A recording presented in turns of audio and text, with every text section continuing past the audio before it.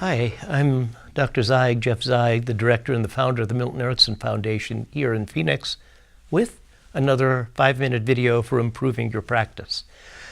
What we can consider in this section is the idea of goals. How do we establish goals? A problem in psychotherapy, a real problem in psychotherapy, is what do you say after you say hello? And that is not something that is proscribed by some empirically validated protocol. What we say after we say hello that is meaningful in helping the patient to live a more adaptive, full life is an art more than it is a science. But there are some principles that we can consider. One thing that we consider in an Ericksonian approach to psychotherapy is establishing a clear video outcome. What I mean by a video outcome is, can you see the outcome that it is that the client wants to achieve? Stopping smoking, well, maybe you can create an image for the person as being a non-smoker. I want to get over my procrastination. Well, that's not something that you can see. What will it look like when you have accomplished what it is that you want? So that when you have a well-formed outcome, it's much easier to understand what procedures you can use to get there. Now, once you do have that well-formed outcome, from an Ericksonian approach, what is the phenomenological reality? What is the lived experience of that person in that outcome? So if the person is now being active, well, that's just a title. What is the phenomenology of activity? What is this person doing perceptually, emotionally, physiologically, with their breathing, with their gesture, with their posture, with their expression?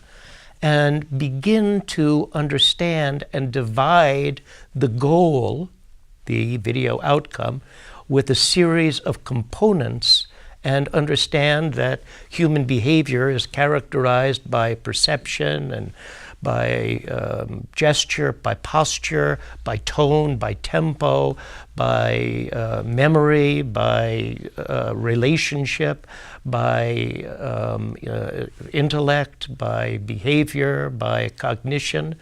And we can begin to create a phenomenological map, both intrapsychically, internal to the person, and interpersonal. Think about the categories of the solution.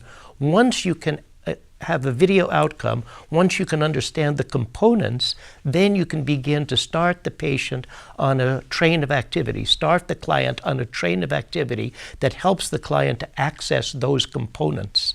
So from an Ericksonian perspective, the goals are future-oriented, the goals are concrete, the goals are directed to things that people can change, the goals are directed to components that are utilized from within the client, the goals are directed towards things that help the client to experience a more adaptive state. When we study about Milton Erickson, he's intricately entwined with hypnosis. And hypnosis is a metaphor for helping people to change their state.